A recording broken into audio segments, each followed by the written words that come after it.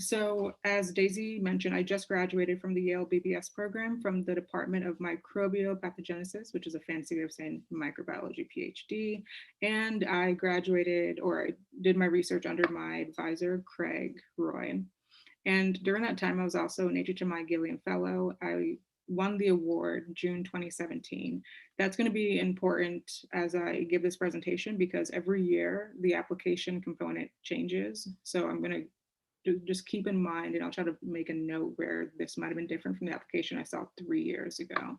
But what I will say is that the core values of what it means to be a Gilliam hasn't changed. They're just kind of asking it and assessing it a little bit differently. So I think that it should still be very much relevant.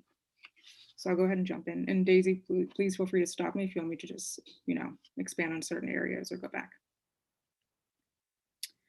So I wanted to begin with an idea of what we're going to talk about. I hate listening to presentations if I don't know what the boundaries are, right? So today we're going to focus on 3 main buckets. First, I just want you to understand what it means to be a Gilliam Fellow. To be honest, it's probably like my most proud identity that I had in grad school. So I take it super seriously.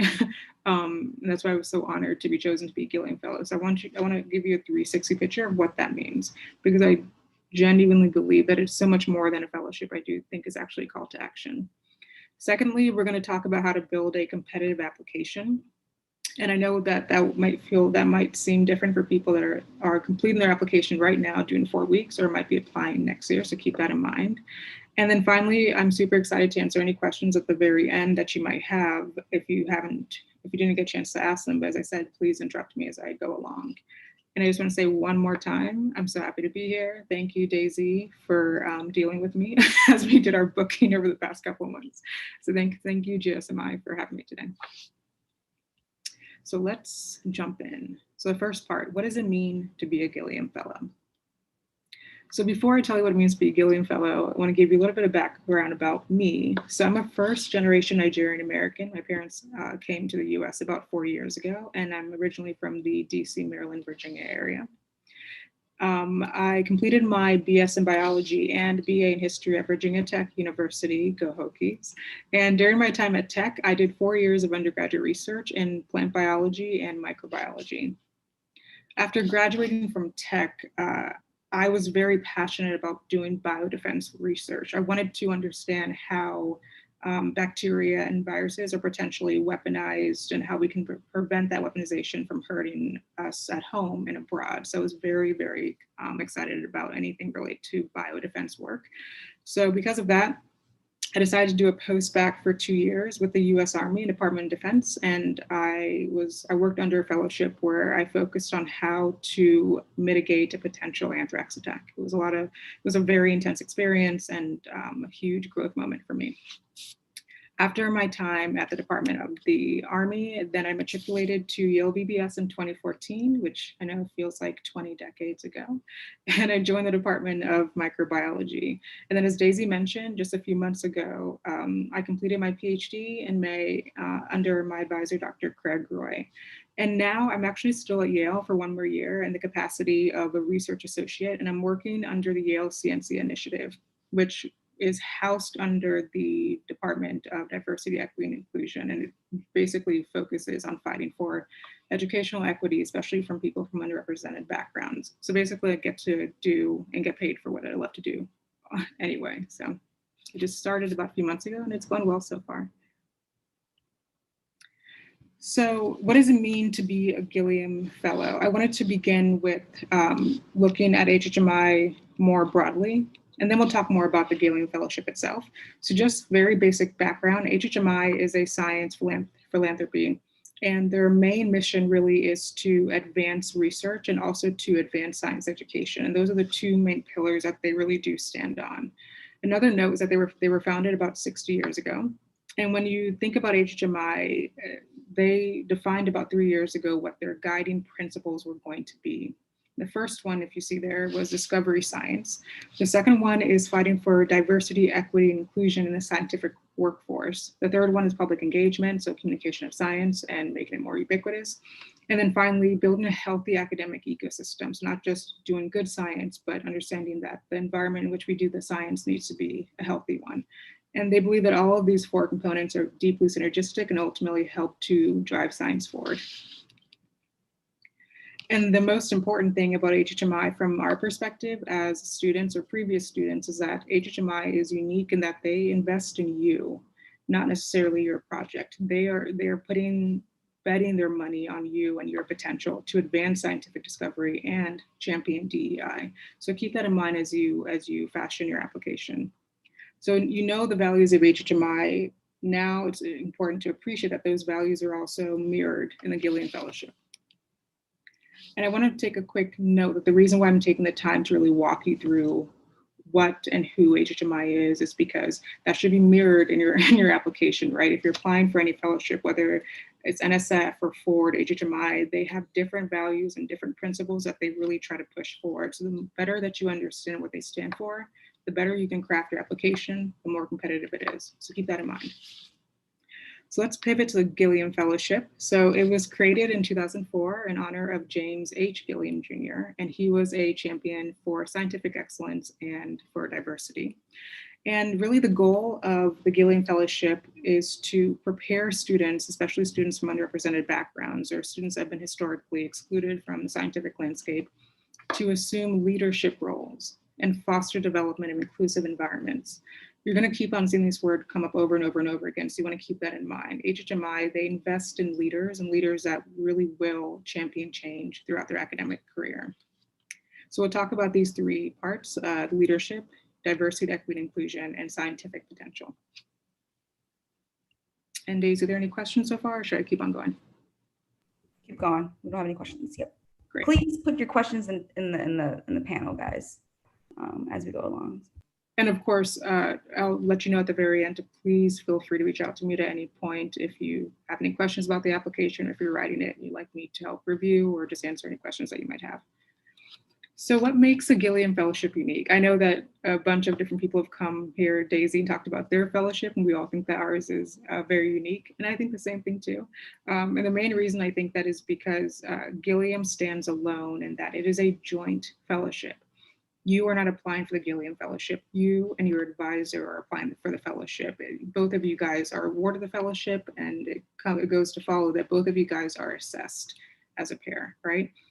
So as you begin to build your application, you have to be honest and strategic in how you assess yourself and your advisor and see, do we align with what HHMI espouses and what they value? And are we going to be able to build a competitive application? So keep that in mind. So now we can go through the benefits of the application. And I guess before I go there, I should also state from my end, so my advisor is Craig Roy. He's a professor in the Department of Microbiology and Immunology, and also the current BBS director at Yale. And when I was thinking about applying for this, I assessed us before I even talked to him. And I knew that I think he's been at Yale for 20 or 25 years. I knew that his scientific career and the way that he mentors students, especially students of color, was excellent. So I was confident that we would be a really good pair. And that's why I felt comfortable, frankly, going to him and saying, let's go ahead and do this. So just keep those separate things in mind. So let's talk about the benefits. We'll talk about the most obvious one, the financial aspects of getting awarded the fellowship. So the Gilliam Fellowship supports up to 3 years of your dissertation research, and the total amount that you get awarded is $50,000. When we break down that money, this is what it looks like. $33K goes towards your stipend, right? And then $10K goes towards the institution for things like tuition and other things in the back office that you don't have to worry about as a grad student. And then you get $4,000 as an allowance. And the cool thing about that is that you can use that for things like professional development. So going to conferences, or maybe doing an immersive experience and travel that's associated with that. And now there's a new and very critical component that Gilliam has added this year for the fellow allowance that I didn't have in my year, 2017. You can also use that for mental health wellness. It's not necessarily clear what that looks like yet, but if you do get the award, the HHMI officer would tell you exactly what that looks like. So maybe things like counseling or psychiatry. But I think that continues to show how awesome Gilliam is, that they see you as a full person. And then finally, this is an exciting twist too. I didn't have this in 2017, but it came in 2018. Your advisor is also going to get $3,000 to support any diversity, equity, inclusion initiative or program at your school, or maybe not even at your school.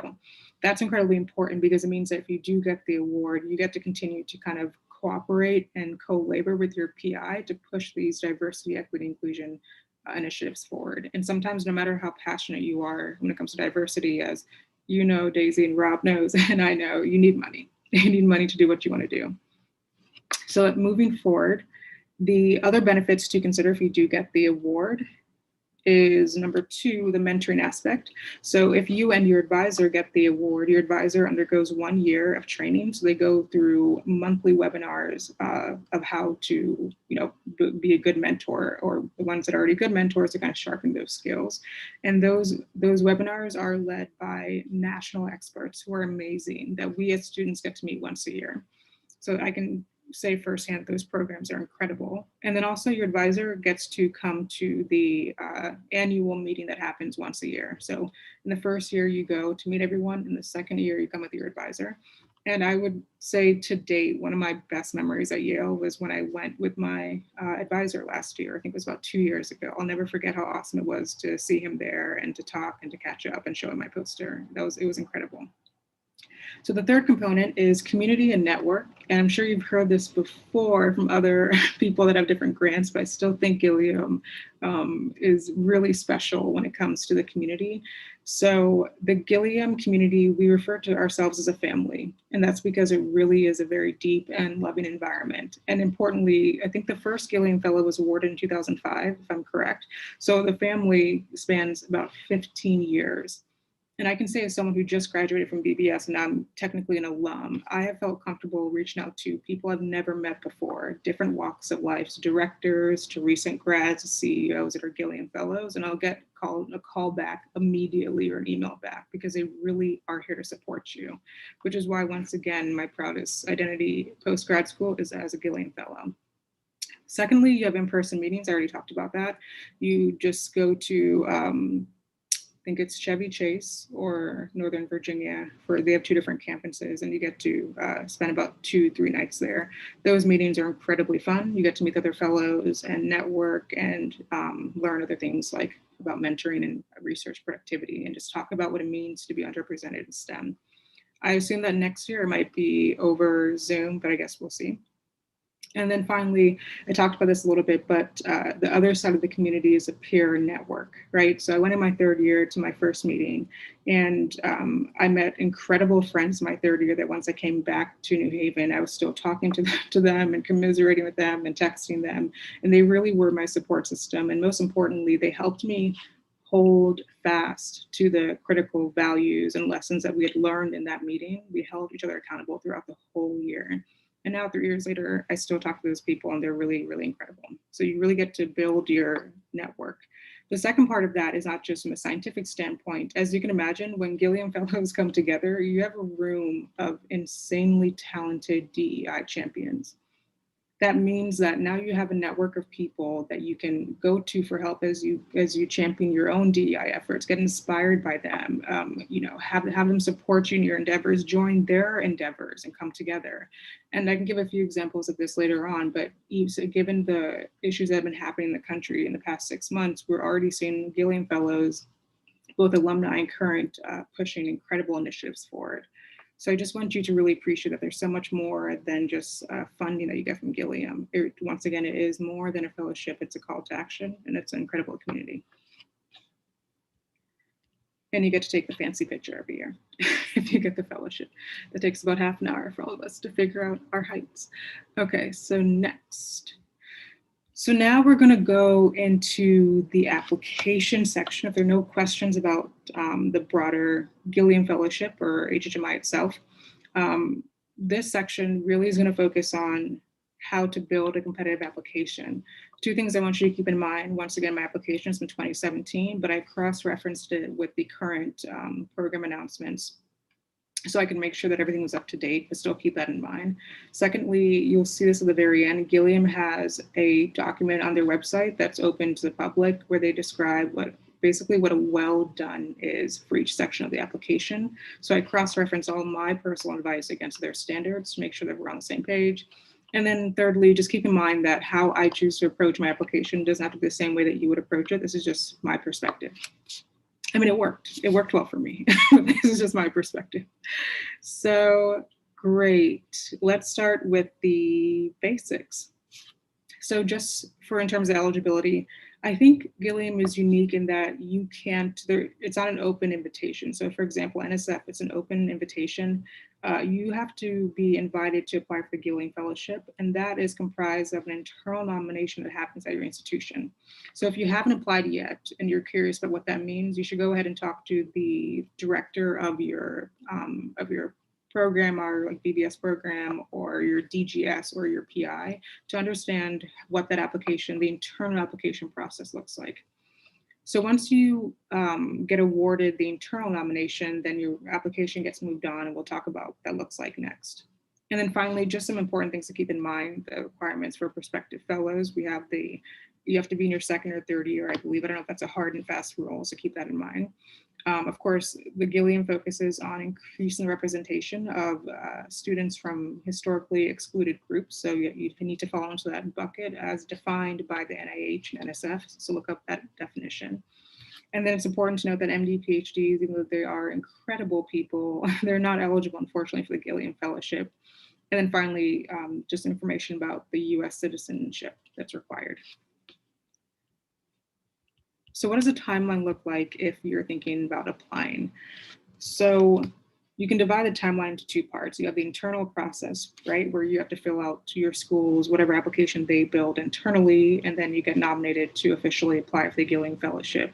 Once the school forwards on your nomination and all the boxes are checked, then you get the application from Gilliam, and you can officially begin to fill it out and enter the competition on a national level. Once that happens, you have until December 10th to hand in your application. So to those of you who are applying, I see some of you that I know that are applying, that's about 2-3 weeks. And then you get to hear about whether you got the award or not in June. It's quite a while, right? I think mine was due in January and I heard in June, and I had to just completely put it out of my mind because it was too stressful to think about it for 5 months. But you do hear back by June, and they're great about that. And then finally, the June that you hear back, you go to the conference in September and your fellowship officially kicks off. So here are the application components. This is important to keep in mind if you're also applying to other fellowships. So it's not, I don't think it's as amenable to cut and paste from like NSF or things like that. So there are three main parts. The first part is an institutional aspect, and your institution has to fit certain requirements and kind of make their argument on their end as to why the institution should be funded, or they should be able to house a Gilliam Fellow. Those requirements are pretty expensive, so please go ahead and look at the announcement that I'll put at the very end of the presentation. And you don't have to worry about that, of course. Secondly, as I mentioned, you are not applying for this. This is not a fellowship where you apply and then your advisor adds a few things. You are truly being assessed 50-50, right? So your advisor has his or her own application they have to fill out, and then you have your own application components. So we'll briefly go over the advisor component, but I really wanted to make sure the meat of this presentation focuses on you guys and what your application should look like. But I'm happy to go back and talk more about the advisor aspect if you guys would like that. So before we go into those two main sections, and just sorry in advance, I hate putting a lot of text on slides, but everything here is necessary. So I thought it would be important to put everything here so you can see it kind of top down. So this is straight from the Gilliam website, and they talk about how they assess the application. Every single time that you're thinking about every single section of your application, you're going to want to pressure test it. So what does that mean? That means that you want to think about, for every single component that I'm putting together, the career statement, the research statement, the leadership statement, is it in alignment? Does it satisfy, or does it even go over the requirement for the three main things that they're looking for? That pressure testing is going to be critical for you and for your advisor. And so you can also appreciate where the gaps might be and where you'd have to quickly try to make up for those gaps or kind of accommodate them. So we'll go over this briefly. The first thing that that they're going to focus on is the commitment and demonstrated ability of the institution and your advisor to develop outstanding scientists, especially those from populations from historically excluded and underrepresented peoples in science. So think about the track record, for example, of your advisor in training potentially URM students and what that looks like, and how the institution does that as well. The second aspect is commitment of the institution and the thesis advisor to fostering a healthier and more inclusive academic scientific ecosystem. Once again, you sit down with yourself and figure out, how has my advisor done this? What does it look like? How has my institution does this? How do they do this? And what does it look like, right? And then the third component is focuses on you. So the applicant's promise as a scientific investigator, potential for leadership in the scientific community, including as college and faculty, university faculty, the advisors and students' qualifications and the mentoring environment as described in the application materials will be assessed by a panel of scientists and scientist educators selected by HHMI. Why is that important? Because once again, every single time you write your application, every part of it, research statement, leadership, and career, you need to understand who's going to be reading your application, right? You're writing for a very specific audience. That means that you're not just writing for scientists, you're writing for educators as well. So you really have to keep that in mind, and I'll talk about why that's relevant as we talk about each section. So just to give a quick summary for this, it feels redundant, but I'm repeating it because it really is that important. As you go through each part, ask yourself, are we doing or have we done this before, and do we do it well? We being you and your advisor. How can we validate this? How can we demonstrate that we have done this, whether it's for creating an inclusive environment or whether it's about your scientific potential? Okay, so let's jump in. So the first aspect that you are going to be thinking about is the application part that applies to your advisor. I know there's about 3-4 weeks left, but that's still a good amount of time. Your advisor really has a lot of responsibility for their section. So you're really going to want to make sure that they are able to start it early and that you're encouraging them to move forward. Even though, and this is true for grad school, even though it's your advisor section, ultimately you're the one that chose to apply for this grant most likely. So you should still be in the driver's seat, encouraging them to hit specific deadlines and asking if you can help with any part of the application or talk about it. You are still driving this, right? So there are a bunch of different things that they have to get together, but the items in blue are potential areas where you might be able to talk to them, inform them, or maybe even a kind of co-labor, cooperate in that process. So for example, we'll talk about the second bullet here. So they're going to need to provide a description of the challenges to diversity and inclusion at the grad level at your school and how they're going to use the award to address those challenges. Okay, so you're a grad student, so you probably have a really good idea if you're second or third year, what the main issues are in your program, right? In your track or in your department that might be making an environment that's not as inclusive. And maybe you have a better idea or a different perspective as a student. So you can go to your advisor and say, let's sit down and talk about this. How do you see it from your vantage point? Here's how I see it. Okay, let's see if we can think about designing a strategy of how we can battle that and how we would even use that $3,000 to help us carry out that strategy. And I think I did that with my advisor. We talked about it openly. But my advisor has been there for 20, 25 years. I mean, he had no problem putting his section together. Okay, so here is the most important part as it pertains to you. So now once you get to the part of the application that focuses on your assessment, here are the main areas that the 2021 application is going to have you fill in. First, you have your basic demographic information. Then you just fill in your education and your publication history. I think you can also include presentations if you don't have any research publications at this stage of your PhD or your academic career. And I want to also make a note to be very careful not to be down on yourself if you don't have publications yet or begin to self-select. HHMI is incredibly holistic in how they review the application. So don't feel as if I don't have a publication that's going to make me less competitive. I think there might be a couple of questions. Daisy taught me how to do this. She said, hover. Okay. So, yes. We have an influx of questions. So our first question is, so someone has asked, would it be possible to propose using part of this advisor award towards summer student opportunities? So summer student opportunities. I would assume like So what does that comprise? Is that for example, a summer student to work in the lab or to sponsor a summer student? Yes, if Tanya Gonzalez, if you can maybe elaborate, but I assume, okay, yes, to sponsor. So sponsoring like a student to conduct summer research in the lab. That's a really, really awesome question. So I'm not sure. You're gonna wanna, and I'll give you the information at the very end. The email for the HHMI Gilliam team, that they're ready and they're very fast in answering questions for the application. So I think you're thinking about maybe if you have an intern or even undergraduate student or even someone who's a postbac who wants to work in your lab for 3 months, can we then use the 3K to support their stipend? Yes, I think you might want to contact HHMI for that. I can see how that would, of course, that's advancing diversity on a very local level, but that's a great question. It might be more complicated in terms of stipend for the students, like in the business back office. So I think that might be something that prevents that from happening. But great question. Yeah, good question.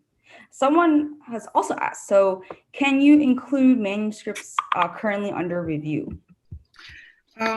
So that's a good question as well. So I think, as I mentioned, if you do get nominated, they're going to give you a link with the application itself, and then the application will be way more detailed than my presentation. So I think if the application doesn't say explicitly don't include manuscripts in review like other grants do, you should be comfortable including that. But you're probably going to want to preface how far along it is, right? Because sometimes in grad school, we can talk about publishing a paper for 3 years, right? So make it clear, like post-submission, second round of revision, or things like that. I say the hard line would be you should have already submitted it and you're waiting back for the reviewer comments. But good question. Okay, we have one more question from Lindsay. So if you are applying, right, with a newer PI as your advisor, do you have any recommendations to help your application as they may not have as many students previously? Lindsay, that's an awesome question. Okay, so that's good to keep in mind. Once again, I'm spoiled. My advisor has been there for 25 years. The vice chair, he's very fancy. He's a director. So it was very easy to track to trace his track record with mentoring URM students. He's done an incredible job throughout his career. So I think that, and we can feel free to email me if you want to brainstorm some more ideas later, but I think there are different ways that you can demonstrate like their commitment to DEI or their training track record. So number one, keep in mind that the review committee, they're incredibly holistic. They're going to know if your advisor's been there for 2, 3, 5 years, and keep that in mind as they're reviewing your application, right? So they're going to kind of assess what you say and appreciate that time limitation. So I think that if your advisor is more new to the university or assistant professor and they haven't mentored too many students, you can try to think of other ways they might have maybe participated or impacted diversity and inclusion. So for example, have they done any science fairs in the community? What do they do as a postdoc? Do they mentor students of color as a postdoc or participate in DEI initiatives as a postdoc? So maybe you can take a step back in what they did before they joined the university. Or you can talk about, you can just preface your application. My advisor's only been here for about 3 to 4 years. That isn't a lot of time to have students or to graduate more than even a full graduate student. But here's what we intend to do. We're gonna do 1, 2, 3. And we're gonna do it because in the past he or she has done 1, 2, 3 as a postdoc, right? So I think that's a good way to qualify your statement. I hope that answers your question, but if not, let me know and I can go a little bit deeper. Awesome. Okay, and then we're gonna just one more question, and then we can carry on forward with the presentation. So Mark Alonso has asked, how would you go on about including presentations that you presented in multiple conferences, as well as oral presentations? So I think that you should be able, at least for my application, I was able to list all my oral presentations and posters. So there should be either a section where you can list that. Of course, the golden rule is that even if you use the same content over and over again, as long as there's a different autonomous meeting, you can put that as a presentation for the poster. And for the oral presentation, you should have a section to say, for example, I was invited or I was awarded, you know, a 15, 20-minute talk at ASM or something, and this was the title of the talk, and here's what I talked about. So there should be a section where you can discriminate between those two things and really show off and talk about how you've done a really great job communicating your science. Awesome. Thank you guys for all the great questions. They're great questions. I love good questions, Daisy. You know, I love a good question. So the third component of your application is going to focus on your dissertation research plan. And I just put in parentheses non-expert for the field because that is your audience. That is who you're writing for through and through. You need to keep that in mind. That's a main pitfall I think that applicants fall into. The fourth aspect is you're going to write a career statement and professional career goals. And the fifth aspect is a leadership statement. For my 2017 application, it was presented a little bit differently, but once again, the core values that HHMI is trying to assess to see if you would be a strong candidate as a Gilliam Fellow are still the same. So we'll talk about that a little bit. And then finally, we'll talk about the supplemental information that I think is really important. I don't want to just push through it. So we'll talk about that in more detail at the end because a few things have changed. So right now, let's pull out the most important information, like the really the meat of your application, or the part that keeps you up at night as you put it together. So that's your research plan, career statement, and leadership statement. I think there might be. I can pause for a second to answer questions, Daisy, if that's okay. I can see one from Kimberly and Angelica. And I'm pronouncing that terribly. I apologize. Please forgive me. So the first question from Kimberly, I'm advised by 2 PIs. Do you have any advice on how both should be contributing to application? Oh, that's a good one. That's a stressful one and a good one. I would say right off the bat, number one, talk to the officer or whoever is in charge in your school if you already received an internal nomination or if you're going to try to be awarded the internal nomination. That person's going to tell you how you should manage having co-PIs, because then that makes it tricky, right? Because it's a 3-person award, or maybe they might force you to pick a primary PI. Secondly, once again, you should email the Gilliam team, and I'll have their email at the very end. They'll get back to you immediately and tell you how you should navigate that. I am not under a co-PI situation. I know a few people who've done that, a few brave people who have done that and way stronger than me. So I don't know how that would work. I think sometimes people have a primary advisor in that relationship and then more of a secondary one. But that's an excellent question, and really only Gilliam would be able to answer that. So next question, can I write similar descriptions for publications and presentations if they're the same research? Yes, you don't really have a choice, right? That's where it gets tricky. If you presented, let's say I went to 3 conferences, Gordon and ASM and another conference, and I really was presenting the same research at each one, right? The research in the past year or 2. I think you're just going to have to use the same description. The only difference is that, of course, one was ASM in Boston or Gordon in New Hampshire, right? So that should be okay. Similar description of publications and presentations. Your publication description will be a little bit different, I believe, especially if it's already been peer reviewed, right? So that will be a little bit different. Okay, great. Those are all great questions, guys. Once again, a lot of respect for people that have 2 PIs. So moving to the research proposal, I told you guys that I went through a document that HHMI has on their website that's open to everyone, and they tell you what really makes a strong application for each component. So you'll see on the left side for each section how Gilliam defines they're well done, right? Or what constitutes success in that application. And then you'll see how I think you should apply that. So the main 2 things that you have to think about as you put your research proposal together is making sure that you are talking about why your project is significant to the field. And I think that if you're 2nd or 3rd year, if you've already qualified, you would have already had to defend to your committee and frankly prove to yourself why anyone should care about your project. Where in the landscape of the field, where does it sit, right? What question is it answering and why is it important? That's a question that I made sure I answered before I even chose my rotation project, right? Like, why does it matter? Who cares? Most importantly, you have to use language that a non-specialist scientist can understand. That is critical. That means that if you're the HHMI panels reviewing your application, the ecologists, evolutionary biologists, microbiologists, and cancer biologists should all understand your application exactly the same. That's how clearly and directly it should be written, right? And my trick for that sometimes is I like to write my application and explain my research in a way that it was explained to me when I was rotating, right? Where it was like very broad and easy to understand and very clear where the pieces were. That's how I like to explain my science. And then secondly, this is more of how you're going to construct your research statement. You want to make sure you provide a clear rationale for the proposed experiments. That is critical. Methods that map well to your aims, right? Not just basic methods that you think might work. This is the clearest path to test my hypothesis. Discuss the feasibility of the experiments. That's very important too. You can potentially list resources on campus that you're going to use. Explain the results of the experiments within the context of the overall hypothesis. What could happen and what does that mean? And then include alternative strategies. If nothing works, what are you going to do?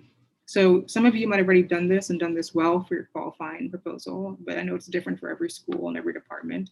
And some of you might also be applying for other grants and you've done this well. So if you already have a pretty good idea of this, it won't be hard for you to follow this rhythm, but if you don't, it's okay. We'll talk about that today. And it's good because you're going to keep on using the same rhythm throughout your PhD. So I pulled my application from a billion years ago. That took me a while to find. Daisy was so hard. And I wanted to give you an idea of what I focused on. I'm not going to focus on the content because that's not important. I want to focus on the map that I used to write this. I think the hardest part of the application, in my opinion, was the research proposal. I think that was the hardest part, trying to make sure you can write it in a way that each person around the table look at your application and really understand what you're talking about, and that they would still care once they look at the next application. So let's go through this very broadly. So I began my dissertation, my research proposal, by talking about the system that I was studying. So as a grad student, I studied the autophagy pathway. Basically, the autophagy pathway is a system in our cells that degrades or destroys things that could threaten the health of the cell. So misfolded proteins or bacteria, right? It's a degradative system to protect you. So I made sure I explain that very straightforwardly, introduce it in a way like as if you're writing a review, right? Or nature review. Think about when you go read up on a new topic and you go to PubMed and you try to figure out what's the best thing to read. You tend to usually pick the ones that talk about it in a very straightforward way. That's exactly how you want to talk about it as well in your introduction. So once you build a good on-ramp, here's exactly what autophagy is. It degrades stuff. And because it degrades stuff, it's able to protect us. Then you want to really expand on it and say, okay, here's why you should care about the autophagy pathway. So the reason why I believe that everyone, I'm biased, I love autophagy, but the reason why I believe everyone should care about the autophagy pathway is because over hundreds of years of evolution, it's actually evolved to be able to recognize and kill bacteria and viruses that attempt to colonize our cells, so make our cells into their home, replicate, and cause disease. So it's an innate immune response and also plays roles in the adaptive immune response as well, right? So then you talk about, okay, autophagy is important because it kills bacteria, and because it kills bacteria, it can protect us from disease. And then you want to take it a step further and talk about it's critical that you place your research into the context of the field. That means first of all, here's why you should care. You want to build attention on why they should even care about your system. Here's what we know, and here's what we don't know. Now, here's how I'm going to tackle what we don't know. But when you talk about what we don't know, once again, you need to build a tension of why should I care that we don't know that? I think one pitfall that a lot of students fall into is that they think that by talking about the fact that it's never been delineated or it's never been researched, they think that they've done their job. No one knows this, I'm going to study it. Okay, well, why don't we know it? Because sometimes you don't know it because no one cares. That's why it hasn't been researched, right? There's no urgency. Or sometimes we don't know because it's so complicated and so critical, and we've been trying to throw things at it for the past 20 years. So you need to make sure that you really lean into the fact that we don't know why this is happening. And this is important because, and also we've been trying 5-10 years, and these groups have gotten this far, and I'm going to take it this much further, right? Put your research into the context of the field. There's a question, and pause.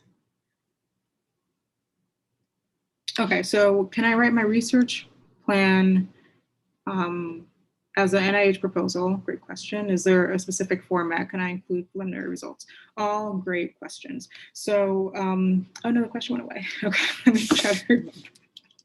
Okay, so can you write it as a, I think it would be F31 NIH, and can you include preliminary data? Those are the main questions, right?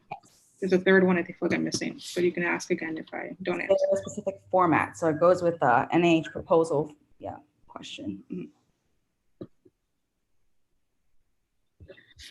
Okay, so that is a great question. I think that once again, and it seems weird to keep on saying you should call 1-800-Gilliam and ask them instead, but I would validate what I'm going to say by emailing Gilliam. Was going to let you know right away if that's a format that you can use. I don't think there's a specific format. I think that when you get the application, they say that you need to describe your research plan and hit these 3 or 4 buckets. However you choose to interpret that, whatever mechanism you think is going to describe it in a way that hits the 4 or 5 things we're asking you to answer, go ahead and give it a try. I'm pretty sure that that's how they see it. If you feel like the way that your school had you write your qualifying exam was the best and most impactful way to describe your research, use that. If you feel like the NIH, I think it's F31. If that format is more conducive to hitting these 4 or 5 buckets that the Gilliam is trying to have you satisfy in the research proposal, then you can go ahead and do that. For me personally, I'll show you the rhythm that I used as I put mine together. And I didn't apply for NIH because I decided that if I got Gilliam, I wasn't going to apply for NIH. So that's why that's why I didn't do it. So I didn't have the option to use that format. And then preliminary data.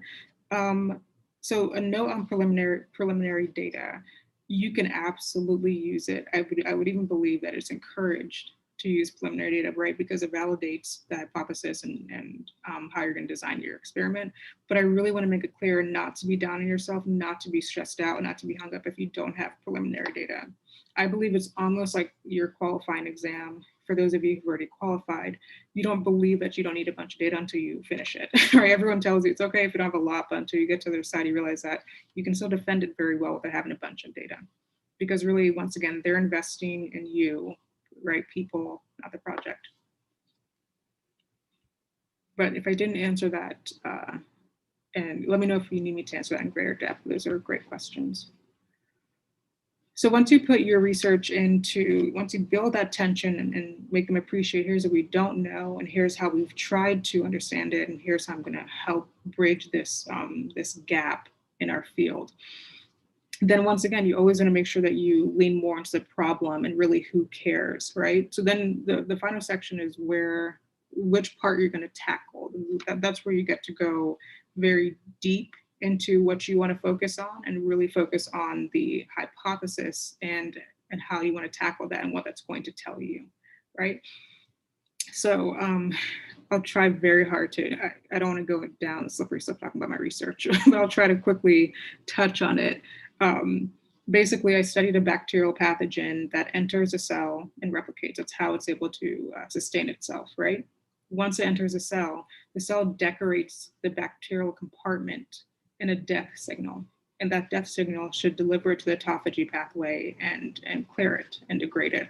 For whatever reason, my pathogen was decorated, heavily decorated in this death signal, but it wasn't being degraded, it wasn't dying. And the point of my PhD was to figure out how can a bacterium have a death signal and not die? How is it able to protect its compartment? And long story short, after 6 years, I figured out that it was preventing the linker molecule from linking it with the degradative pathway. So it was marked, so the alarm was going off, but there were no police coming to protect the house, to put out the fire. So for my Gilliam research proposal, that was my tension. Why isn't it dying? It's not, I'm not even saying it should die by virtue of being an intruder. It is decorated in a death signal. The first part of death has been initiated. Why isn't this process being completed? That was my tension and that was my gap. So then once you move out of the research proposal, the first part, make sure you don't move forward until you say, run a few questions by yourself. The first one, of course, being, did I describe my system clearly? Is this how I would describe it, for example, to a new postdoc entering the lab, and I have to quickly go around the table at lab meeting and say, here's what I study, right? In a way that's that a scientist from any field can understand. Did I create tension and express a problem clearly? Is it clear exactly what the problem is? There's a death signal. It is not dying, right? That's my problem. And did I create the tension beneath that? It's not enough to just say, we don't know this. Why do we care that we don't know this? And then finally, when I'm moving out of the first section of my research proposal, am I convinced that I created buy-in, right? Did I get the reader to actually care about what I'm talking about? So moving to the second part, and this goes to your question, here's how I set up my research proposal. Please do whatever feels comfortable to you. The only criteria is whatever mechanism you want to use, the NSF format, F31, whatever, is it satisfying what Gilliam is asking for, right? So the rhythm that I used was very straightforward and logical. Those are the two pillars I kept on asking myself as I wrote it. Number one, I wrote my rationale. What's happening? Right, it's not being degraded. I don't know why it's not being degraded. Then hypothesis. Here's why I think this is happening, because it might be doing 1, 2, or 3. Then your approach. Okay, I think it's doing 1, 2, or 3. Here's how I'm going to intelligently test 1, 2, and 3. I'm not going to just throw spaghetti at the wall and see what sticks. Here's the best way for me to really support or disprove my hypothesis, right? So you're really just going through your qualifying exam rhythm as you write this out. As I take this approach, because I think that I'm convinced this is the best way to ask my hypothesis, approach A, B, C. Here are the possible outcomes that could happen, right? And you should already be doing this at the bench. This is what you should be doing at the bench anyway. When I would design experiments as a grad student, I would always figure out when I'm going to do these 3 things, and here are the main things that would probably happen if I do these 3 things, with a question mark being something that you don't expect, right? But you should always have an idea of here's what could possibly happen. And most importantly, if these things happen, here is what that probably means. And here's how that information is going to inform the next thing that I do, right? It's always about guessing, testing, getting data, having that inform your next step, right? That's over and over and over again until you defend, until you graduate. And then finally, I was pretty sure this was the right approach of how to test it. I had even 2 or 3 approaches, but if those approaches don't work, no problem. I already know exactly how I'm going to pivot. Once again, how you should be working at the bench, right? Because usually you go into lab and you step back and things usually don't work, right? We spend more time going to lab, frankly, to fail, which isn't a bad thing, than for things to actually work, because it's a process of optimization. So even when you design your experiments to the bench, you should always know if these 4 things don't work, here are two more ways I'm going to be able to test this hypothesis. If you can use this rhythm in your application and use it in a very straightforward and logical way, then in my opinion, you have satisfied what they are asking for in the research proposal. And of course, you're going to use this for your aim. So I think I had 3 aims in my proposal. So for each aim, this is a rhythm that I followed. And now to answer the final question, if you have preliminary data, which once again is a bonus, don't get hung up on it or frustrated if you don't. That's even better, because you can then substantiate what you're saying, right? So here's what I think might be happening. Here's how I tested it. And look, I already have some data that's telling me that I'm on the right path. I'm getting closer, I'm getting warmer, right? So then it really seals everything that you're talking about. So as you can see there, it's very fuzzy. That was my preliminary data, and that was my evidence. And for my qualifying exam as well, this was the first piece of evidence in my grad career that showed me I'm on the right path.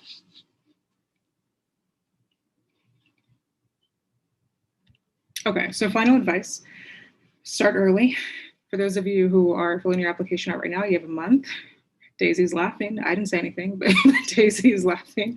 That should be enough time for you to put your application together. Just still think about it. Secondly, you want to go through multiple rounds of revision with your advisors and mentors. So of course, talk to your advisors. However you interact with your advisor, do the same thing, right? Maybe talk to them as you build an outline, talk to them about the main aims, talk to them about how you want to tackle it, talk to them about the format. Your advisor is an advisor for a reason. They're expert grant writers, right? So is this the best way for me to present my research? and then go through multiple rounds of revision, as many as you can fit in with your advisor. You can also talk to mentors on your committee. I had an incredible committee, right? So I'm able to talk to people that might not be an expert in microbiology, but they're an expert in my system that I'm studying, and they can tell me if I'm explaining in a way that's straightforward and engaging. And then finally, of course, you can ask people in your lab to read your application. My lab was chock full of incredible postdocs. So I was able to walk around and do what I've been doing for 6 years, which is bothering them and getting feedback and just incorporating that feedback as I went along. But as you know, for everything, the more work you put in on the front end, the less work on the back end, right? So focus on building those strong components before you kind of shop it around. Okay, so if there's no questions for the research section, I'll move to the career statement and professional career goals. This is an important disclaimer that this was assessed in my 2017 application, but I believe it's kind of assessed differently for 2021. So keep that in mind, and please reach out to Gilliam with any and all of your questions. So first, this is from Gilliam. They say that a competitive application that focuses on the career portion is going to talk about the professional and personal aspirations and their impact on your science. And then secondly, you should be able to articulate the value of inclusion in science and future directions for making the scientific ecosystem more inclusive. So what does that mean? Or what does that look like as you build your application? So just to preface this, I'm very career centric. So I build like a 2, 3, 5, and 10-year plan. I've been doing that since like 5th grade, pray for me. So keep that in mind. So this section wasn't hard for me because I already knew what I wanted to do and I wanted to focus on. I had a pretty good idea. But that, if you don't know, that shouldn't stop you from still building a very strong, building this part out very well. So you want to clearly articulate your career goals. So as you think about that, here are some things I think you should consider as you build it. So what do you want to do and why, right? So for example, from my perspective, I've always known that I wanted to fight for educational equity in whatever role that would look like. I knew what I would be running after. In terms of the personal aspiration, when I put my application together, I was able to talk to them about why I wanted to do that because I just told my origin story. I'm a Marvel fan, so I like to use origin story whenever I can. But I just told my origin story where I talked about my journey. You too? Good. I knew I liked you, Daisy. I know. But so you're going to want to talk about not just what you want to do, but why, right? So I think I went as far back as a moment, like in middle school, where I was able to articulate that this is what I wanted to focus on and fight for.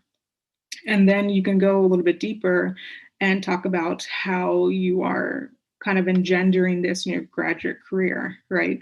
So, okay, I want to tackle educational equity. How am I doing that? Or how am I going to begin to go on that path as a graduate student? So from my perspective, as Daisy mentioned, I created a student organization called the Yale BBS Diversity Inclusion Collective, YBDIC, or the Collective. And that was almost an experiment for me to begin to appreciate how to tackle institutional issues as it pertains to diversity, equity, and inclusion. And furthermore, at historic institutions where the roots run very deep. It's a different type of fight when you're fighting for equity at Yale, right? So that for me was like my personal battleground. That was my bench, right? that was my TC room and incubator. Secondly, I was also an Office of Career Strategy Fellow for 1 year. So I got this very immersive experience in career development and fashioning your career toolkit so you can achieve what you want to achieve.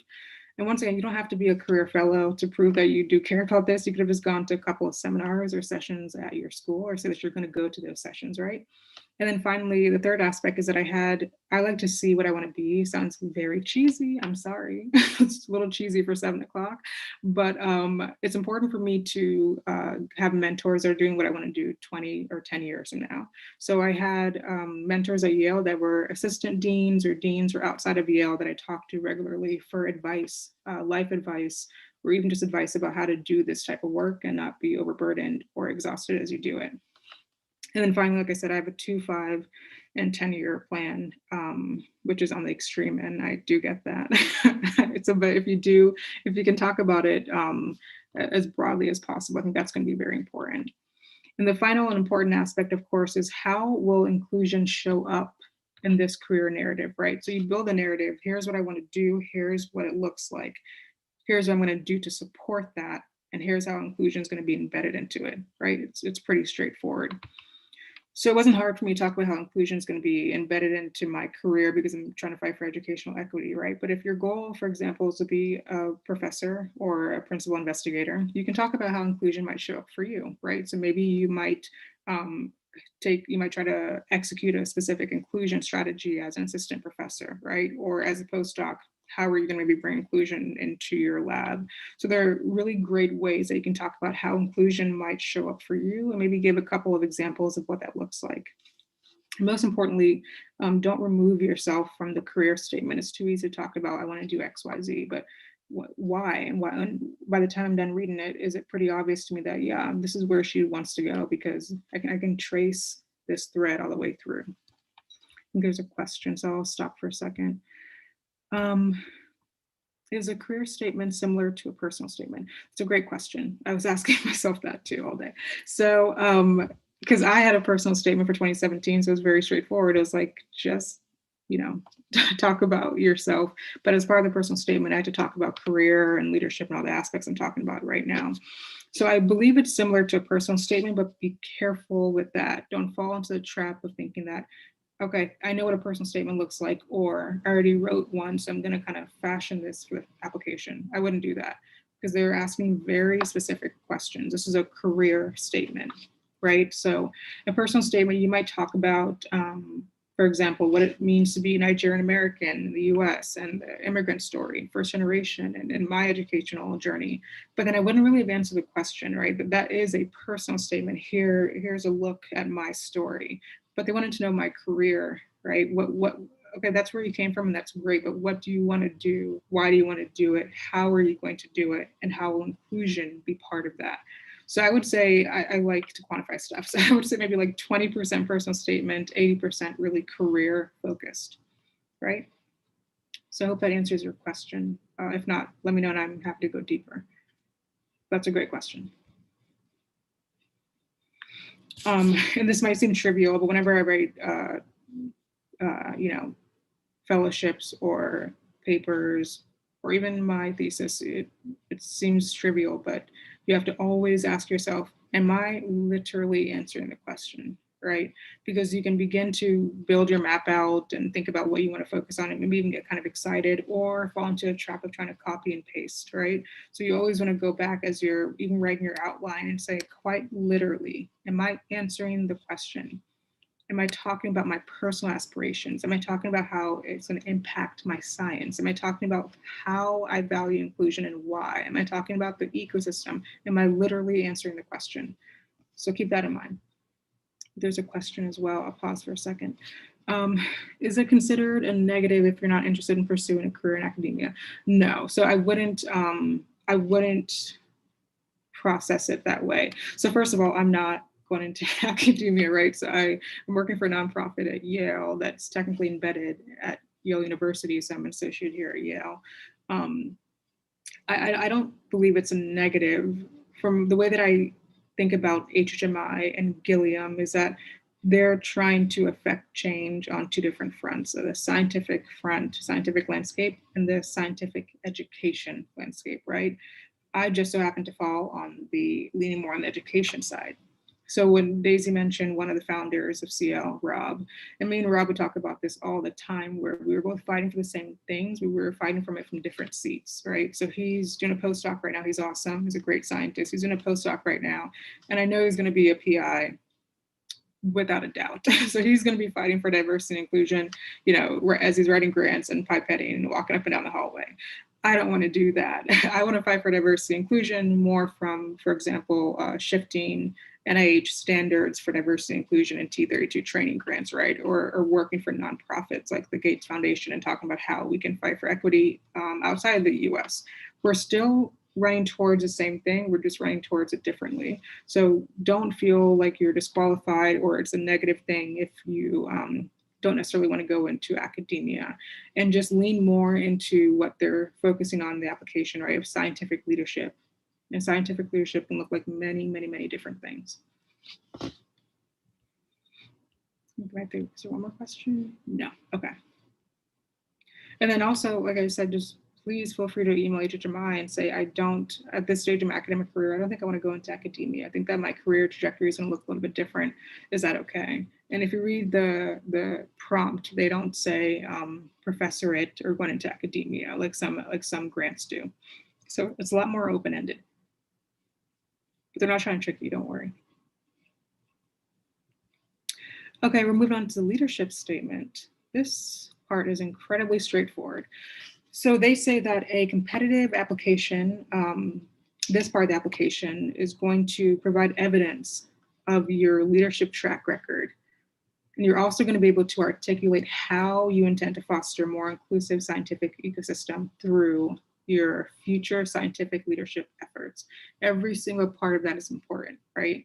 Proving your track record, saying very clearly, whenever they say the word articulate, you want to like stop for a second, lean in and be like, they want me to explain this very clearly, right? And very logically, exactly what I want to do. And then most importantly, how are you going to foster inclusivity through your leadership efforts? It's a little bit different than through scientific efforts, right? Through your leadership efforts.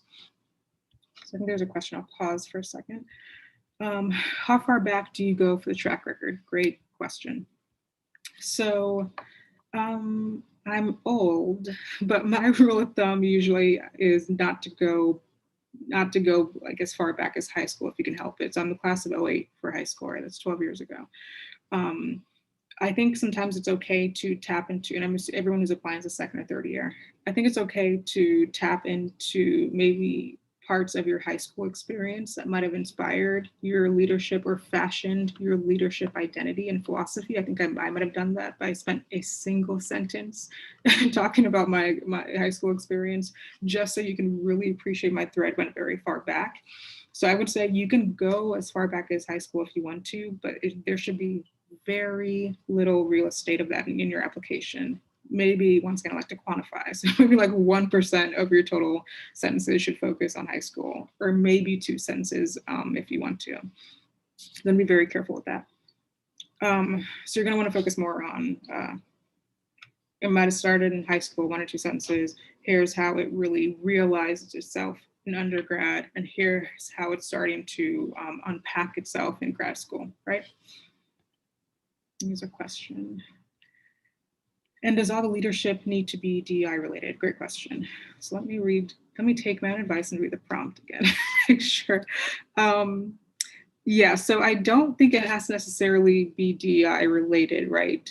It said provide evidence of your leadership track record and how you're going to foster more inclusive scientific ecosystem through your leadership efforts. So that is a great question. There are 2 ways you can tackle this. You might be in my bucket where 95% of my leadership, no, that's not true. Maybe 75% of leadership has been DEI related. Like I was an RA, that wasn't about diversity and inclusion. It was about making sure the dorm was like safe, right? So you can, but the majority of my leadership is DEI. So I'll talk about my DEI experience, but most importantly, I'll talk about my leadership in my DEI experience. Then I will talk about how that informs my leadership, how I'm going to foster inclusivity, and it'll be obviously because I do a bunch of diversity and inclusion stuff. If a lot of your leadership stuff isn't related to diversity and inclusion, that's perfectly fine, because what you're going to do is you're going to kind of build a different argument. I'm a leader. I take leadership very seriously. And you know that because 1, 2, 3, right? Provide the evidence. As a leader, here's how I tackle these issues. Here's how I'm going to now leverage these core leadership skills to then drive an inclusive environment as a faculty member or postdoc. Does that make sense? So whatever it takes to be a good leader, those core skills are going to be required to drive inclusivity. And then, of course, you want to make sure that you make it specific to inclusion and equity and diversity. But you don't necessarily have to have this like long leadership career in diversity and inclusion. I hope that answers your question, but I'm very happy to go deeper. It's a great question. Is there another question? Oh, it disappeared. Okay. So, oh no, I think it's back. Okay, you're welcome. So Now let's go a little bit deeper into the leadership statement, or how I approached it at least. So I put it into two main buckets. Number one, you're demonstrating your leadership track record. This sounds trivial, but I'm going to keep on saying it. Make sure you're answering the question, right? So they want evidence, so let me build my track record, right? So the way I tackle this is that I talked about my leadership philosophy and how that shows up, how it has shown up in every stage of my career. So I talked about really the most important part of leadership for me is servant leadership, right? That you're really understanding that everything you're doing is toward service. And if you're lucky, building a team that says that, yeah, I feel the same way too. We're ultimately here to serve other people, right? That's why we're here. We're going to kind of like die to the mission, to the values, which is why Rob is great, because Rob takes that very seriously too. So that was my philosophy, and I talked about that and where that came from and how that did show up on sentence in high school, realize itself in undergrad, reinforce and post back, and it's beginning to blossom in grad school. So I carefully built a thread throughout my academic career to validate my leadership philosophy and my leadership activities. And then, of course, the most important things that you want to show and not tell. You're not here to regurgitate or to kind of remix your CV or resume. You are here to show your leadership experience, not just list it or not to just expand on of what I like to call a live CV, where you make the mistake of just talking about what you've done and you put 3 or 4 sentences around it. You don't want to do that. So once I talked about my leadership record and my philosophy and how that's shown up in different parts of my career, then you talk about how you are then going to leverage that, everything you've learned, to foster inclusivity or to build a more inclusive ecosystem, whether it's in academia or anything that kind of is in that sphere. So the way I like to do this, once again, please approach it in a way that feels the best or the most true to you. But I like to approach these type of things as a scientific problem. And that's how I like to approach my diversity and inclusion issues as well, because I believe that they kind of deserve that same rigor. So when I talked about it, I talked about, first of all, here are the main issues as I understand it that are compromising or holding us back from progressive diversity, equity, and inclusion in my program. So I told them what my diagnosis was for Yale BBS. Then I talked about how I want to begin to fix it, right? So this is sounding kind of like the research statement. Here's the rationale, here's why I think it's this way, and here's how I think I might be able to fix it or move the needle forward. So I actually talked about YBDIC 3 years ago, and the only people at YBDIC at that point was like me and my cat, and that was it. But I talked about like what it would look like, why I thought it was going to work. My philosophy for YBDIC was I wanted to take a different approach. I wanted to fight for institutional change. I didn't want to have kind of a siloed effort for diversity, equity, and inclusion. I wanted to go from the top.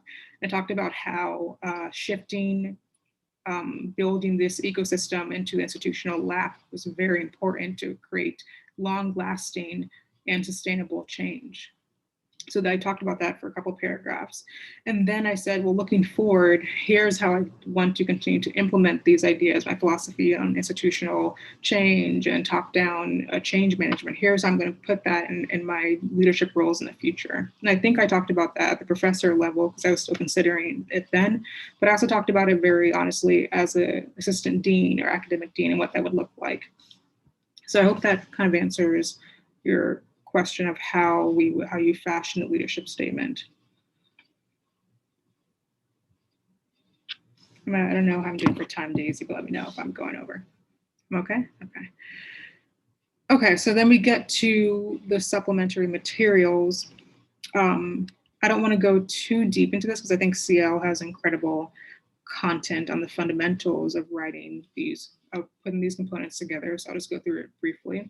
So there are 3 parts to your supplemental materials. Number 1, you need to list mental health resources on your campus and what that looks like. And that can be specific to your scientific program or maybe the grad school as a whole. So keep that in mind.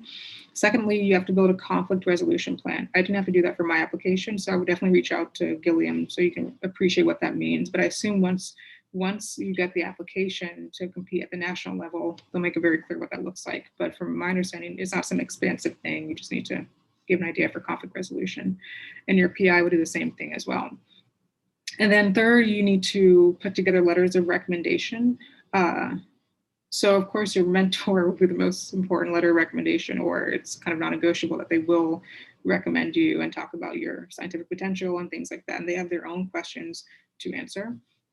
So keep that in mind, and please feel comfortable. I'm sure CL has talked about this very well on their website, but please feel comfortable when you think about your letter recommendation to talk to your advisor and what that looks like.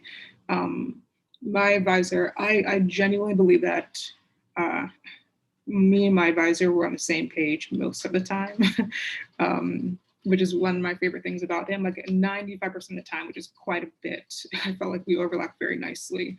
But even then, I didn't take it for granted. I went to my advisor and talked to him about, here's what I did for diversity inclusion in undergrad. Here's why I care about it. I'm trying to build YBDIC. The only member is a cat right now. Like I told him everything I wanted to do, why I wanted to do it, and I really want to make sure that he would understand me as a scientist and what I do outside of lab as well. And then you also want to choose other recommenders. For my application, we had an option for 3, but I chose other recommenders that I felt could validate that I was a good fit for the Gilliam Fellowship, which brings me back to the kind of central thesis that I'm trying to impress upon you guys, that you need to understand very well what they're looking for so you can mirror that and substantiate that at every single part of your application.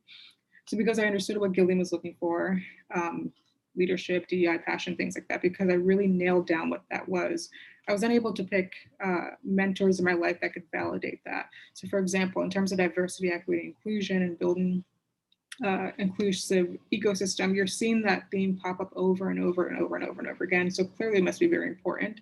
So I asked my mentor from science education thing that I did for about 3 or 4 years to recommend me. It might seem like a weird choice for a scientific fellowship, but then her entire recommendation was talking about my love for diversity and inclusion and talking about my philosophy and ideologies and my commitment and service. So for me, I felt like that was a very important part. So as you build your recommenders, make sure that they're able to validate that you're a good fit, and make sure you appreciate how each recommender is going to substantiate your application and how they're each going to add their own unique piece to it if that's possible, right? Oh, it's a question, okay. Can your LOR be from early undergrad and not necessarily your last PI before grad school? That's an awesome question. I would kind of qualify my answer. Can it be from early undergrad and not your last PI, not necessarily your last PI before grad school? So that kind of implies that maybe you did a post-bac or something. You're saying going to be from early undergrad, not your last PI before grad school. So maybe you did a post-bac and you had an undergrad PI, a post-bac PI, and then, okay, Anonymous is like, yeah, you got it. Okay, cool. So you followed my track. Good for you. Fully support doing a post-bac. Yeah, so you can choose whoever you want. It comes down to so you have no choice, right? Your advisor is going to be one of your recommenders. That's going to happen no matter what. So I think you have about 2 more slots, or I had 2 more slots. So I had an undergraduate advisor for 4 years, and I had a post-bac advisor for 2 years. I wanted one of my slots to be DEI, so I only had 1 slot left. So I had to choose who. So I think that's whoever can really reinforce the research, scientific excellence, potential aspect of your application. That's who you should pick and who you think is going to be the most excited to write your letter. Even though I spent 4 years with my undergrad advisor and she was incredible, I had 2 first author papers in my post-bac in 2 years. So I was like, well, I should probably choose my post-bac advisor because he's going to be able to show I was very productive and what I did for those papers and things like that. So I would prioritize number 1, how well can they validate it? And number 2, are they going to be happy to write this letter? I hope that answers your question. That's a good question. But it's all fair game, undergrad, post-bac, it's all fair game. And I think Anonymous, that might be the same person, so I'll answer that together. Do you need to write the complete 500 to 1,000 word limit for the supplementary materials? Do I need to write the complete word limit? Okay, so I'm assuming maybe you already have the application and putting it together. So do you need to write the complete 500 to 1,000 word limit? So that's more of a logistical question. I think as long as you satisfy whatever they're asking for, you don't need to feel like you have to max out the limit, right? Because there'll be subcomponents that you need to fill out. It always goes back to, am I answering the question? And we're scientists who like to be concise. I have training in history, so I don't. Can we literally list the mental health resources, or should we comprehensively describe it? So great question, Tanya. So I don't know if you have the application already. I don't have the application, but the application will probably tell you quite literally if you can list it or if you have to expand on it. But I'm assuming if it's in supplemental materials, they aren't going to force you to really describe it in full detail. I think what they're trying to assess or tap into is that, does your institution value mental health, right? And then if they value it, can you show that by the resources that they have in the program or at the school? So I don't think they're going to have a lot of onus on you to really describe it in full detail. So it might just be more of a listing thing. It's only one recommender.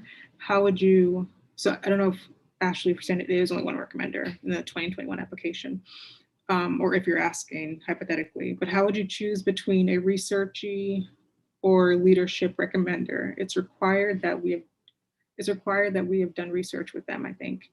So I don't know if you're saying if you only have an option for one additional recommender for the 2021, which would be unfortunate. So I'll answer it both ways. If you only have one option for an additional recommender, how do you choose between research or leadership recommender? That is 100% a personal choice. You can argue that I might have rolled the dice by choosing a DEI or leadership type person to recommend me, right? But I was confident in doing that.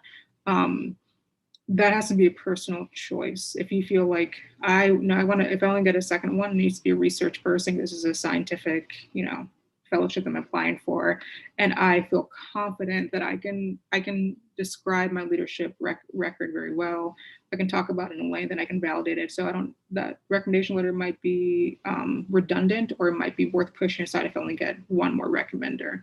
And yeah, that researcher, probably you would have wanted to have done research with them. I know some people ask people on their committee to recommend them, right? The head of my committee is also my DGS. I've never done research with him. He's a virologist. So, but I've asked him to recommend me for things. So I don't know if you had to have done research with them. You're going to want to ask HHMI about that. And then you could also reach out to them to say, can I maybe include a third or fourth letter? And what's your cutoff for reading my recommendation letters? But you have to make that choice according to how your application lines up. So if your leadership is kind of weak, I would probably have a leadership recommender. Yeah, TC, so we're getting a lot of responses. So yeah, I believe that from what I'm reading, it's just one letter of recommendation writer, and he, she, or they have to be a previous research advisor. Oh, that's so sad. Oh, I didn't see that. Okay. Oh no. I didn't realize that. So that's unfortunate.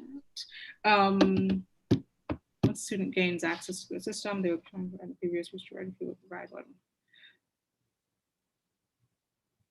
Okay, that's very interesting. So let's shift around this plot twist to the application. I don't think that was even true last year. Never heard of one letter.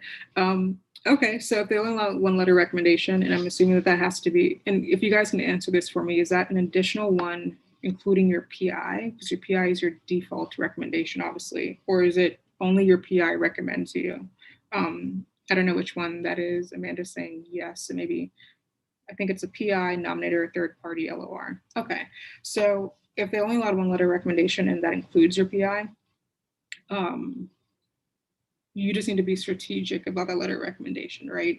So, and I just gave a seminar on how to put LORs together. So like, bear with me as I try to say this like in 20 seconds, but if you only have one shot of someone else substantiating your application, then it's important for you to talk to that recommender. So as I mentioned, I was worried that my advisor, who understands my research abilities very well, I was worried that he didn't actually know how much leadership I've done for the past like 10 or 15 years. He didn't know that I was like working with my cat to like build a diversity and inclusion organization, and he had no reason to potentially know. So you should never assume that your advisor, once again, if you only get one LOR, understands you 360 and understands how you fit all of these buckets. So I talked to my advisor very explicitly about it. I wrote it out. I typed out like leadership, type, DEI, type, research, you already know that, you're good. I'm not gonna tell you how good I am, that's up to you. So if you only get one, then go ahead and tell them what else you've been doing. And if there's a max on the LOR or on that section, it's not about how much they say about you, it's how they use that real estate. So if my advisor wanted to use 90% to talk about my research abilities and scientific potential and excellence and blah, blah, blah, then okay, just have like 4 or 5 lines. And she's also, you know, a leader and blah, blah, and passionate about DEI and blah, blah, blah, right? So you're gonna have to use that real estate very carefully and make sure that you give that one LOR writer the full picture and all the tools to talk about each section as well as they can. Hope that answers your question. I'm very sorry that you only get 1 letter. It's 2, including your PI. Okay. Okay, good. So sorry, I wish I saw that about 45 seconds ago. Good. So you have your PI, and then you have to figure out, I think what we were talking about before, of who's going to get that final letter. And once again, maybe 3 things you might consider in terms of who should I give that letter to, where am I weak in my application, weak being very relative, it could be just like 90 and 100, and can this recommender make up that gap, right? And can they reinforce what I'm saying? Where do I feel like it's redundant? So for me on the scientific end, I felt like it was redundant. I had 2 papers and presentations and blah, blah, blah. I've proven that I could do that. So it was more important for me, and I felt I had more liberty to focus on a leadership-y or a DEI type recommendation. So prioritize where you believe that you're weak. I don't know a better way to say that, but where you feel like there's a little bit of a gap. Prioritize if that person can really talk about you in great depth, because there's only 2 letters now. You want to use that very, very carefully. And then of course, prioritize if they're going to be happy to write that letter for you, since the Gilliam application is the process is very competitive, right? How many awardees are selected per year? On average, about 39 to 45 across the nation. But I don't know how big the pool is once all the schools, I don't know what the pool is once all the schools put their internal, people have nominated internally. I don't know how big that pool is. I think Yale has like 5 or 6 or 7 people. Yale has 5, but I don't know how much UConn has or something. I have no idea. But when we look at the announcements every year, the average number is about 39 to 45 advisors and their trainees. I had 2 PIs in undergrad. Do I need a letter from both of the previous undergrad research mentors? Great question. So it depends on what your PI setup was like. Maybe that's interesting. You get a medal for having 2 PIs in undergrad. 2 medals actually. So it depends. So if your PI is undergrad, it depends on your setup. Where you mostly was 80-20, where you're mostly with the main PI. So that really should be the person recommending you, because they saw you coming in between classes. They saw you working with a postdoc or working autonomously. They saw your lab meetings, and the other person was just kind of there and you went to for advice. Or was it a clean 50-50 split? So I would probably prioritize the person who saw your scientific excellence and potential the most and to a greater extent. And if you feel like it was 50-50, I would go ahead and email HHMI and say, I have a special circumstance. I was split between 2 labs. So I'm going to probably, I want to ask if they can write like 1 letter and put it together. And that would count as 1 letter. So I don't have to use up my 2 slots. So that's a great question. Okay, so thank you for all of you guys for walking me through that. Sorry, we did it together. You brought me from 2017 to 2020. Thanks. So I think we hit everything for LORs, right? So LORs are incredibly important.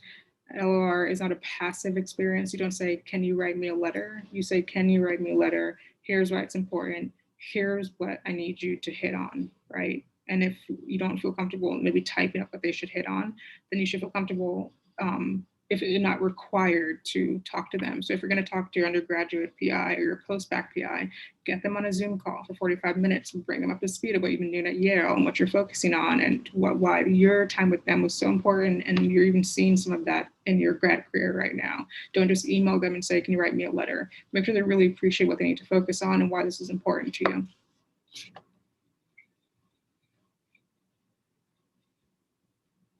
Okay, great. So I'm sorry if I'm talking too much, Daisy. I told you to wave a red flag. I didn't see one. So I'm going to keep on going. So in terms of additional resources, there are I was going to give a bunch of things you can write to help you write the letter and the application, but I feel like they're kind of generic. The Gilliam Fellowship is like so unique that I would actually focus on only going to the Gilliam website. So the number one advice I'd give you is contact the Gilliam team, gilliam@hhmi.org. I know some people on that team because I've seen them at my conference every year. They are absolutely incredible, very approachable, and deeply devoted to the Gilliam nominees and Gilliam students. So please, you should email them. They're not just people in the back office that don't care about you or people that are more on the admin side. They really are incredible. So please reach out to them for any questions at all. Reach out to current Gilliams at your school. I know it was 2017 was my year where Gilliam was officially open to everybody. It used to only been open to certain students that participated in different iterations of HHMI. So there might not be a lot, but see if you can find somebody, or go to the website. They list the awardees and their advisors, and all the Gilliams are so nice. Email anyone, I promise they'll probably get back to you. And please feel free to contact me at any time if you want to talk about the fellowship, if you want to talk about parts of your application or get some more advice. And as you build your application, once again, I deeply implore you to understand the Gilliam values inside out. So go on the website and make sure you appreciate it. Use the announcement. It's a PDF on the website as your point of reference. It should answer most of your questions. And then, of course, the website has a document saying, literally, I didn't have this on mine 3 years ago, but it's a document literally saying, like, here is how we see a well done for each section. And you want to make sure that you're hitting that as you go along. Everything we talked about, basically. And then you can go to the Writing Center if you need help with putting that part together. And of course, reach out to CL as you put your application together. All the resources with their organization are very, very, very incredible, and all the content. They work incredibly hard to put it together. So please go ahead and tap into that. There are a couple of questions, but let me go ahead and just like bring this home and go to the question slide. So yeah, before I go into the questions, I want to really deeply thank CL for inviting me. I'm so honored to know you guys. I'm so honored to come back in any capacity. And I hope that this was helpful and it gave you an idea of how to put the application together. But Gilliams are incredibly diverse, no pun intended. So please make sure you reach out to other Gilliams and see how they might have tackled these sections or how they view some of these questions, especially the most current fellows from last year. Great, so there's one more question. It says, can you link the document explaining strong applications? Yeah, I put a hyperlink in there. I think Daisy was on top of everything more than me, yep. Frankly, is gonna put this on a platform where you guys can access it. Yep. And also, this is being live streamed, and so it's going to be on YouTube channel. So I'll put all the links in the description as well. So you should have access to everything. Mm-hmm. And that should also be on the Gilliam page where they have the announcement as well. Mm-hmm. Yeah. But when you see all the bullet points for each section in this PowerPoint, it's directly pulled word from word from that PDF file. Great, so if there are no more questions, thank you guys so much. You guys are so interactive. That was awesome. I was so afraid it was going to be a lecture. Oh God. But once again, if you have any more questions, just email me. I'd be so happy to help in any way that I can. And the Gilliams, people that are applying that I can see on here that are at Yale, I'll come find you. I'll come find you if you need any help. But thank you guys for having me. And thank you so much, Daisy, for inviting me. Oh, thank you, TT. And also, this will be on YouTube again, and it's going to be in Writing Center for all GSMI members. And so, yeah, I wish you all the best of luck with your applications. And TT, you're thebomb.com. I mean, you're the epitome of that. So thank you so much for spending your Friday evening. And can I say one more thing? Which we do as Nigerians, we say one more thing for 17 minutes, 17-minute goodbye. I really want to beg you not to count yourself out. Like, you don't think you're a Gilliam Fellow until you get it, right? You don't, so please, I felt that HHMI, the name is so intimidating. It feels so competitive, so exclusive, and you feel like maybe you don't deserve it or can't measure up or whatever. None of that is true. And also it's important to understand that HHMI is deeply holistic. They see you as a full person. They're not just counting publications and GPA and transcript and things like that. They really do invest in you 360. So for anyone who's thinking of applying, please do not talk yourself out of it. Please don't do that. It's too easy to. And anyone who has an application right now and you have 21 days and 5 minutes to put it together, I remember what that was like. I really do. Please understand that you were not nominated by accident, that you already exemplify what it means to be a Gilliam Fellow. All they want to see you do is just talk about it. So do not count yourself out and make sure that you really stand in your greatness as you put the application together. So just keep that in mind. And that's all. I promise that's all, Daisy. I'm done. Thank you so much for the advice. Yeah. Wise words from a Gilliam Fellow herself. So, yeah. Alrighty, guys. So, thank you guys so much. It's the last webinar, and so I can't think of a better way to really end this whole webinar like series for GSMI. So, thank you, TT, once again. So, take care, everyone. Take care. Good luck.